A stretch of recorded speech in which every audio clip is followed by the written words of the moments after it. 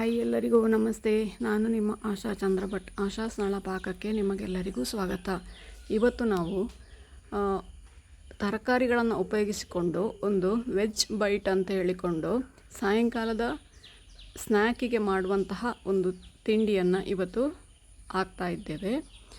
ಇದಕ್ಕೆ ಮನೆಯಲ್ಲಿರುವ ಎಲ್ಲ ತರಕಾರಿಗಳನ್ನು ಉಪಯೋಗಿಸಿಕೊಂಡು ಅದನ್ನು ಬೇಯಿಸಿ ಮಾಡ್ಬೋದು. ಸುಲಭವಾಗಿ ಮಾಡ್ಬೋದು ಇದನ್ನು ಮನೆಯಲ್ಲಿ. ಮಕ್ಕಳಿಗೆ ಸಾಯಂಕಾಲ ತಿಂಡಿಗೆ ಎಂತ ಮಾಡೋದು ಅಂತೇಳಿ ಚಿಂತೆ ಮಾಡೋರಿಗೆ ಒಂದು ಕ್ವಿಕ್ ರೆಸಿಪಿ ಇದು.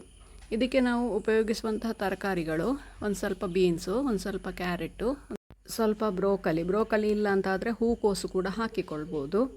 ಹಾಗೆ ಕ್ಯಾಬೇಜ್ ಹಾಕ್ಬೋದು, ಇದಕ್ಕೆ ಕ್ಯಾಪ್ಸಿಕಮ್ ಹಾಕ್ಬೋದು. ನಿಮ್ಮ ಹತ್ರ ಏನು ತರಕಾರಿ ಇದೆ ಅದನ್ನು ಹಾಕಿಕೊಳ್ಬೋದು. ಆಲೂಗಡ್ಡೆ ಹಾಕ್ಬೋದು. ಇವೆಲ್ಲವನ್ನು ಸಣ್ಣದಾಗಿ ಹೆಚ್ಚಿ ಇಟ್ಕೊಳ್ಳಿ. ಆಲೂಗಡ್ಡೆ ಆದರೆ ಬೇಯಿಸಿ ಇಟ್ಕೊಳ್ಬೇಕು.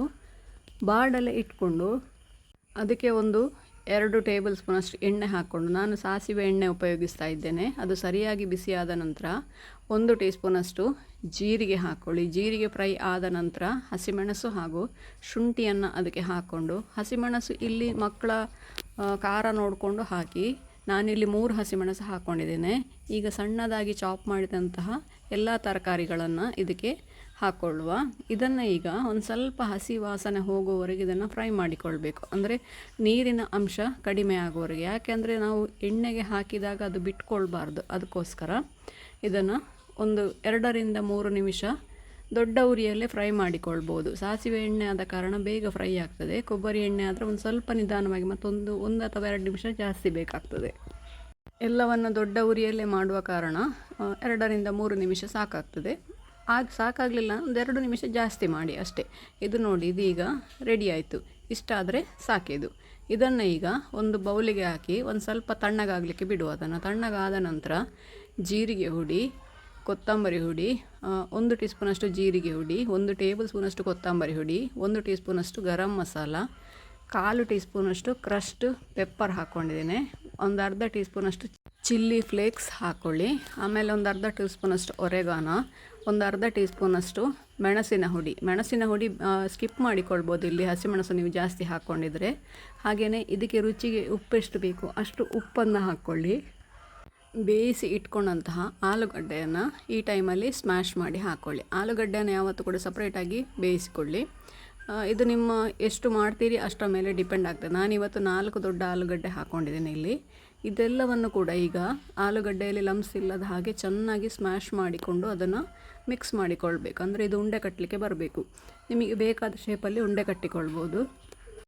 ಇದಕ್ಕೆ ಬೈಂಡಿಂಗಿಗಂತ ಹೇಳಿಕೊಂಡು ಒಂದು 4 ಟೇಬಲ್ ಸ್ಪೂನ್ನಷ್ಟು ಅವಲಕ್ಕಿ ಹುಡಿಯನ್ನು ಮಿಕ್ಸ್ ಮಾಡಿಕೊಳ್ಳಿ. ಅವಲಕ್ಕಿ ಹುಡಿ ಹಾಕೋದ್ರಿಂದ ಚೆನ್ನಾಗಿ ಉಂಡೆ ಕಟ್ಟಲಿಕ್ಕೆ ಬರ್ತದೆ. ಹಾಗೂ ಅದರಲ್ಲಿರುವ ನೀರಿನ ಪಸೆ ಇದ್ದರೆ ಅದನ್ನು ಅದು ಎಳ್ಕೊಳ್ತದೆ. ನೋಡಿ, ಹೀಗೆ ಸರಿಯಾಗಿ ಮಿಕ್ಸ್ ಮಾಡಿಕೊಂಡು ಒಂದು ಪ್ಲೇಟಲ್ಲಿ 3 ಟೇಬಲ್ ಸ್ಪೂನಷ್ಟು ಕಾರ್ನ್ ಹುಡಿ, 3 ಟೇಬಲ್ ಸ್ಪೂನಷ್ಟು ಅಕ್ಕಿ ಹುಡಿ, ಹಾಗೆಯೇ ಒಂದು ಸ್ವಲ್ಪ ಬ್ಲ್ಯಾಕ್ ಸಾಲ್ಟ್ ಇಷ್ಟ ಇಲ್ಲದವರು ರೆಗ್ಯುಲರ್ ಸಾಲ್ಟ್ ಕೂಡ ಹಾಕಿಕೊಳ್ಬೋದು. ನೋಡಿ, ಈ ಅಳತೆಗೆ ಅದನ್ನು ಸ್ಲರಿ ಮಾಡಿಕೊಳ್ಬೇಕು. ಒಂದು ಪ್ಲೇಟಲ್ಲಿ ಅವಲಕ್ಕಿಯನ್ನು ಹುಡಿ ಮಾಡಿ ಹಾಕ್ಕೊಳ್ಬೋದು. ಇಲ್ಲಿ ಬ್ರೆಡ್ ಕ್ರಮ್ಸ್ ಕೂಡ ತಗೊಳ್ಬೋದು. ನಾನು ಅವಲಕ್ಕಿ ಹುಡಿ ಮಾಡಿ ಹಾಕಿಕೊಳ್ತಾ ಇದ್ದೇನೆ.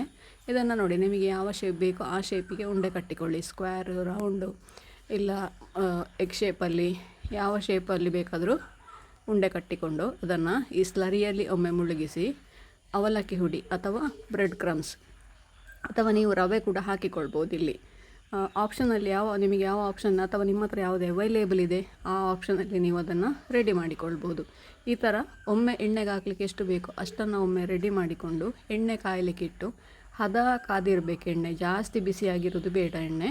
ಹದ ಕಾದ ಎಣ್ಣೆಯಲ್ಲಿ ಮೀಡಿಯಮ್ ಉರಿಯಲ್ಲಿ ಅದನ್ನು ಫ್ರೈ ಮಾಡಬೇಕು. ಹಾಕಿದ ಕೂಡಲೇ ಅದನ್ನು ಟಚ್ ಮಾಡಲಿಕ್ಕೆ ಹೋಗಬೇಡಿ. ಯಾಕೆಂದರೆ ಟಚ್ ಮಾಡಿದರೆ ಅದು ಹುಡಿ ಆಗ್ತದೆ. ಹಾಕಿ 1 ನಿಮಿಷ ಅಥವಾ 2 ನಿಮಿಷ ಅದು ಹಾಗೆ ಫ್ರೈ ಆಗಲಿಕ್ಕೆ ಬಿಡಿ. ನಂತರ ಅದನ್ನು ಗೋಲ್ಡನ್ ಬ್ರೌನ್ ಬರುವವರೆಗೆ ಫ್ರೈ ಮಾಡಿಕೊಳ್ಳಿ. ಬ್ರೆಡ್ ಕ್ರಮ್ಸ್ ಆದರೆ ಬೇಗ ಫ್ರೈ ಆಗ್ತದೆ. ಅವಲಕ್ಕಿ ಆದರೆ ಒಂದು ಸ್ವಲ್ಪ 1 ನಿಮಿಷ ಟೈಮ್ ಜಾಸ್ತಿ ಬೇಕಾಗ್ತದೆ. ಹಾಗೆ ರವೆ ಆದರೂ ಕೂಡ. ನೋಡಿ, ನಮ್ಮ ರುಚಿಯಾದ ವೆಜ್ ಬೈಟ್ಸ್ ರೆಡಿ ಆಯಿತು. ಈಗ ಇದಕ್ಕೆ ನೋಡಿ, ಚೀಸ್ ಇಟ್ಟು, ಮಕ್ಕಳಿಗೆ ಚೀಸ್ ಅಂದರೆ ಇಷ್ಟ ಆಗ್ತದೆ, ಅದಕ್ಕೆ ಚೀಸ್ ಇಟ್ಟು ಕೂಡ ಈ ಥರ ಮಾಡಿಕೊಳ್ಬೋದು. ಮಧ್ಯದಲ್ಲಿ ಚೀಸ್ ಇಟ್ಟು, ಆದರೆ ಇದನ್ನು ಸ್ಟಫ್ ಮಾಡುವಾಗ ಮಾತ್ರ ಕರೆಕ್ಟಾಗಿ ನೀವು ನೋಡಿಕೊಳ್ಬೇಕು. ಯಾಕೆಂದರೆ ಸರಿಯಾಗಿ ಸ್ಟಫ್ ಆಗಲಿಲ್ಲ ಅಂದರೆ ಚೀಸ್ ಹೊರಗೆ ಬರ್ತದೆ. ಚೀಸನ್ನು ನಾನಿಲ್ಲಿ ಮೊಜ್ರೆಲ್ಲ ಚೀಸ್ ಹಾಕಿದ್ದೇನೆ. ನೀವು ರೆಗ್ಯುಲರ್ ಚೀಸ್ ಕೂಡ, ಪ್ರೊಸೆಸ್ ಚೀಸ್ ಕೂಡ ಹಾಕಿಕೊಳ್ಬೋದು.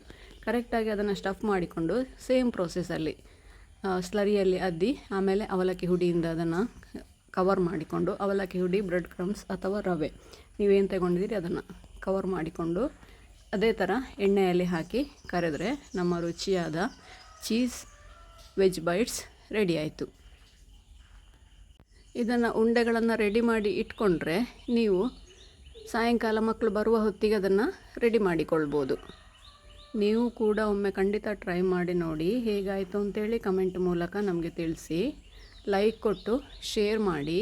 ನೀವಿನ್ನೂ ನಮ್ಮ ಚಾನಲನ್ನು ಸಬ್ಸ್ಕ್ರೈಬ್ ಮಾಡ್ಕೊಳ್ಳಿಲ್ಲ, ಸಬ್ಸ್ಕ್ರೈಬ್ ಮಾಡಿಕೊಂಡು ಪಕ್ಕದಲ್ಲೇ ಇರುವ ಬೆಲ್ ಐಕಾನನ್ನು ಒತ್ತಿ ನಮ್ಮನ್ನು ಸಪೋರ್ಟ್ ಮಾಡಿ. ನಮ್ಮ ಇನ್ಸ್ಟಾ ಹಾಗೂ ಫೇಸ್ಬುಕ್ ಪೇಜನ್ನು ನೀವು ಫಾಲೋ ಮಾಡ್ತಿಲ್ಲ ಅಂದರೆ ಅದನ್ನು ಕೂಡ ಫಾಲೋ ಮಾಡಿ. ಮುಂದಿನ ವಿಡಿಯೋದಲ್ಲಿ ಇನ್ನೊಂದು ಹೊಸ ರೆಸಿಪಿಯೊಂದಿಗೆ, ಹೊಸ ಅಡಿಗೆಯೊಂದಿಗೆ ಪುನಃ ನಿಮ್ಮನ್ನು ಭೇಟಿಯಾಗ್ತೇವೆ. ಧನ್ಯವಾದಗಳು.